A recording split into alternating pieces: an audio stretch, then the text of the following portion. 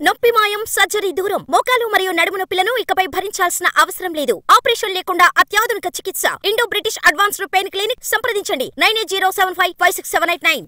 తెలంగాణలో మళ్లీ చేరికలు చీరికల రాజకీయం ఊపందుకోబోతోందా? తెరిచినట్టే తెరిచి మూసేసిన కాంగ్రెస్ డోర్స్ మళ్లీ ఓపెన్ అవబోతున్నాయా? సమయం కలిసి రావడం లేదా, లేక తామనుకున్న టైం ఇంకా కాలేదా? అప్పుడో ఇప్పుడో అనుకునే స్థితి నుంచి ఏమో ఎప్పుడో అనేదాకా వ్యవహారం వచ్చిందా? బీఆర్ఎస్ ఎమ్మెల్యేల చేరికపై కాంగ్రెస్ వర్గాల్లో జరుగుతున్న చర్చ ఏంటి? Let's watch. తెలంగాణలో కాంగ్రెస్ పార్టీ బలం పెంచుకునేందుకు సిద్ధమైందా అంటే ముమ్మాటికి ఎనీ డౌట్స్ అన్నది పొలిటికల్ పండిట్స్ మాట. అందుకు తగ్గట్టే లోక్సభ ఎన్నికలకు ముందు చేరికల కోసం డోర్లు తెరిచే ఉన్నాయని ప్రకటించారు సీఎం రేవంత్ రెడ్డి. ఇంకేముంది, అదిగో వాళ్ళొచ్చేస్తున్నారు, ఇదిగో వీళ్లు జాయిన్ అయిపోతున్నారంటూ రకరకాల ఊహాగానాలు స్వైర విహారం చేశాయి. కానీ ఆ రేంజ్లో చేరికలు లేకపోగా తెరిచిన ద్వారాలు తాత్కాలికంగా మూతపడ్డాయన్న సంకేతాలు వెలువడ్డాయి. వాస్తవానికి ఎన్నికలకు ముందు బీఆర్ఎస్ ని మరింత బలహీనం చేయాలని చూశారట సీఎం. దెబ్బ కొట్టాలంటే ఆ పార్టీలో ఉన్న ఎమ్మెల్యేలకు కాంగ్రెస్ కండువాలు కప్పడమే కరెక్ట్ అని డిసైడ్ అయి ఆ దిశగా ఓ ప్రయత్నం జరిగింది. 7 నుండి 11 మంది బీఆర్ఎస్ శాసనసభ్యులు కాంగ్రెస్ లో చేరతారంటూ అప్పట్లో లీకులిచ్చారు కాంగ్రెస్ నాయకులు. అప్పటికే పార్టీ మారిన కడియం కావ్య, దానం నాగేందర్, పట్నం సునీత మహేందర్ రెడ్డికి కాంగ్రెస్ ఎంపీ టికెట్స్ ఇవ్వడంతో పార్టీ ఫిరాయింపుల విషయంలో కేసీఆర్ కి రేవంత్ రెడ్డికి పెద్దగా తేడా లేదన్న చర్చ జరిగింది. వాస్తవ పరిస్థితిపై వచ్చిన ఫీడ్బ్యాక్ తో అప్పట్లో చేరికలకు తాత్కాలికంగా బ్రేక్స్ వేశారట సీఎం. దాంతో పార్లమెంటు ఎన్నికలకు ముందు వివాదాస్పద చర్చ ముగిసింది. ఇప్పటికే ఎలక్షన్ మూవీ రిలీజ్ అయింది. కాంగ్రెస్ ఊహించినట్టే బీఆర్ఎస్ కు 0 కలెక్షన్స్ వచ్చాయి.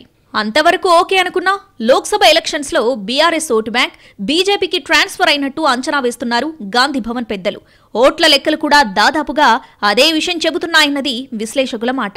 లోక్సభ ఎన్నికల్లో బీజేపీ, కాంగ్రెస్ చెరో 8 సీట్లు గెలుచుకున్నాయి. అలాగే ప్రస్తుతం కేంద్రంలో ఏర్పడిన సంకీర్ణ ప్రభుత్వం గతంలో మాదిరిగా బీజేపీయేతర రాష్ట్ర ప్రభుత్వాలను ఇరుకున పెడుతుందా లేక వదిలేస్తుందా అన్న చర్చ మొదలైంది. ఆ క్రమంలోనే బీఆర్ఎస్ జంపింగ్స్ ప్రస్తావన వస్తుందట. తెలంగాణలో కాంగ్రెస్ పార్టీ స్వతహాగా 64 ఎమ్మెల్యే సీట్లు గెలుచుకుంది. భాగస్వామ్య పక్షం సిపిఐని ఇటీవల ఉప ఎన్నిక జరిగిన కంటోన్మెంట్ ను కలుపుకుంటే బలం 66కు పెరిగింది.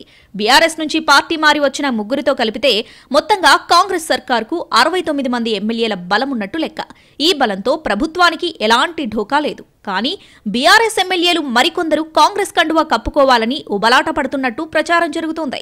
కనీసం 7 త్వరలోనే కాంగ్రెస్ లో చేరతారన్నది లోక్సభ ఎన్నికలకు ముందున్న ఇంటర్నల్ టాక్. దాంతో ఎన్నికల ఫలితాలు వచ్చిన వెంటనే చేరికలుంటాయని భావించారు. కానీ అది ఎప్పుడన్నది ఇప్పటికీ క్లారిటీ రాలేదు.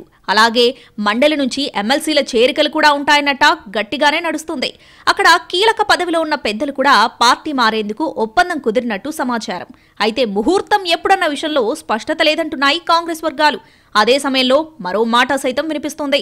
లోక్సభ ఎన్నికల తర్వాత మారుతున్న రాజకీయ పరిస్థితుల్లో బీఆర్ఎస్ ఎమ్మెల్యేలు కొందరు బీజేపీకి కూడా టచ్ లో ఉన్నారన్నది దాని సారాంశం.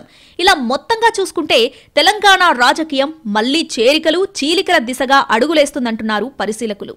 కాంగ్రెస్ పార్టీ పెద్దలు మాత్రం దీనిపై వ్యూహాత్మకంగా మౌనం పాటిస్తున్నారు. ఆఖరు నిమిషం దాకా ఏదీ బయటకు రాకుండా జాగ్రత్త పడుతున్నారట. చూడాలి, డోర్లు బార్లా తెరుస్తారా లేదంటే మొత్తానికి మూసేసి ఎత్తుగడలు మారుస్తారో మరి.